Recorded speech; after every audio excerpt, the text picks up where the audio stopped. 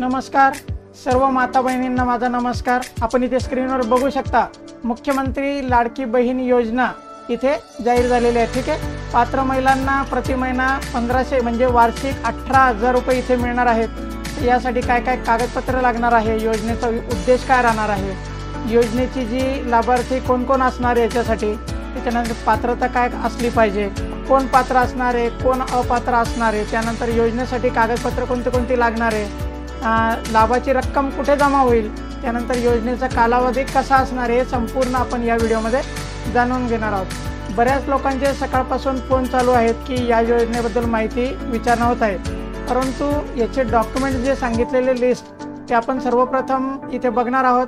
त्यामुळे आपल्याला हे कळेल की जे डॉक्युमेंट्स आपल्याकडे आहे किंवा नाही आहेत तर ते आपण कशा प्रकारे जमा करायचे आहेत। ठीक आहे, संपूर्ण आपले कागदपत्र जमा झाल्यानंतर आपण केंद्रावर जाऊन आपला फॉर्म ऑनलाईन पद्धतीने भरायचा आहे। ठीक आहे, तर आपण आता माहिती पत्रकार जाऊया। याची जनरल माहिती मी तुम्हाला सांगतो। जर तुम्ही आजपर्यंत माझ्या चॅनलला सबस्क्राईब केलेलं नसेल तर सबस्क्राईब करा, जेणेकरून अशी योग्य आणि अचूक माहिती आपल्यापर्यंत पोहोचत राहील। तर चला चलूया आपल्या व्हिडिओमध्ये।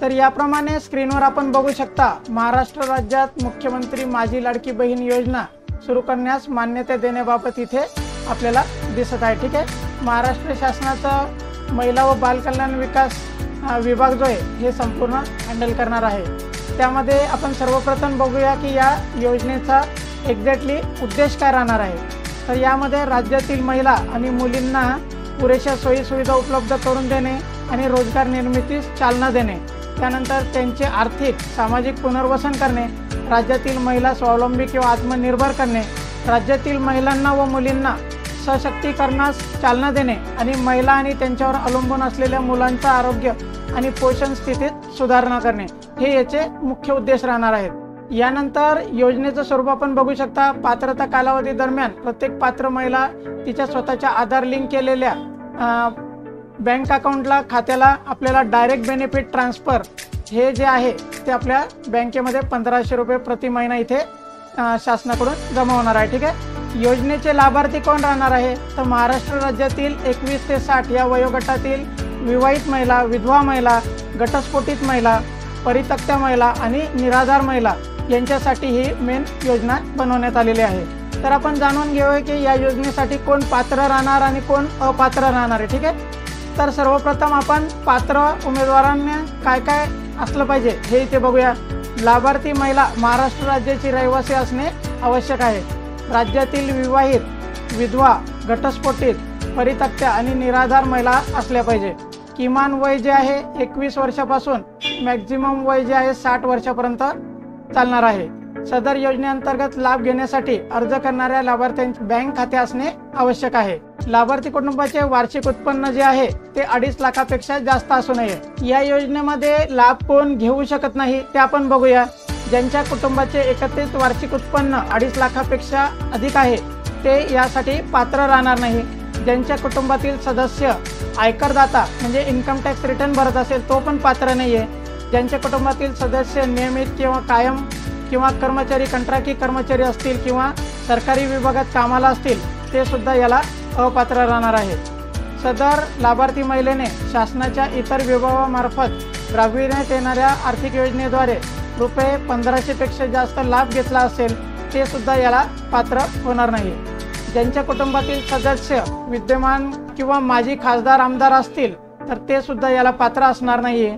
ज्यांच्या कुटुंबातील सदस्य भारत सरकार किंवा राज्य सरकारच्या सदस्य असतील ते देखील याला अपात्र ठरणार आहेत। ज्यांच्या कुटुंबातील सदस्यांची संयुक्तपणे 5 एकरपेक्षा जास्त शेतजमीन आहे ते सुद्धा याला अपात्र आहेत। ज्यांच्याकडे 4 चाकी वाहन आहे म्हणजे ट्रॅक्टर सोडून त्या कुटुंबातील सदस्यांच्या नावावर नोंदणीकृत जर असेल तर ते देखील याला अपात्र ठरणार आहेत। सदर योजनेचा जर आपल्याला लाभ घ्यायचा असेल तर आपल्याकडे आता हे महत्त्वाचे जे डॉक्युमेंट्स आहे हे डॉक्युमेंट्स आपल्याकडे असणे अनिवार्य आहे।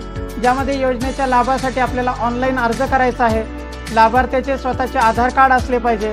महाराष्ट्र राज्याचे अधिवास प्रमाणपत्र किंवा महाराष्ट्र राज्यातील जन्मदाखला आपल्याकडे असणे आवश्यक आहे।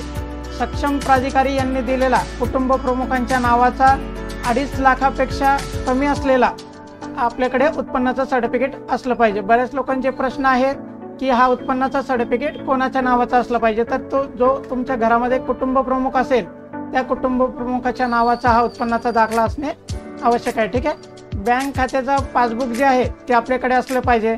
पासपोर्ट आकाराचा आपला फोटो लागणार आहे, आपलं रेशन कार्ड लागणार आहे आणि सदर योजनेच्या अटी आणि शर्तीचे पालन करण्याचे हमीपत्र आपल्याला या फॉर्ममध्ये भरावे लागणार आहे। आता आपण इथे बघूया की या योजनेसाठी जो कालावधी दिलेला आहे शासनाने तो कसा राहणार आहे। ठीक आहे। अर्ज प्राप्त करण्याची जी सुरुवात आहे 1 जुलै 2024 रोजी होणार आहे। अर्ज प्राप्त करण्याचा शेवटचा दिनांक 15 जुलै असा राहणार आहे। म्हणजे या 15 दिवसामध्ये आपल्याला हा अर्ज अप्लाय करायचा आहे। तात्पुरती यादी प्रकाशन जी ती 16 जुलैला लागेल आणि तात्पुरत्या यादीवरील काही हरकती असेल, काही त्याच्यावर आपल्याला ऑब्जेक्शन घ्यायचं असेल तर 16 ते 20 जुलै 2024 मध्ये आपण देऊ शकता। ठीक आहे। तक्रार हरकतीचे निराकरण करण्याचा कालावधी 21 ते 30 जुलै राहणार आहे। अंतिम यादी प्रकाशनाची तारीख जी आहे 1 ऑगस्ट 2024 राहणार आहे आणि लाभार्थ्याचे बँकमध्ये KYC करणे 10 ऑगस्ट 2024 असं राहणार आहे। लाभार्थी निधी हस्तांतरण 14 ऑगस्ट 2024 आणि त्यानंतर महिन्यात देय दिनांक प्रत्येक महिन्याच्या 15 तारखेपर्यंत आपल्या खात्याला हे 1500 रुपये जमा होणार आहेत।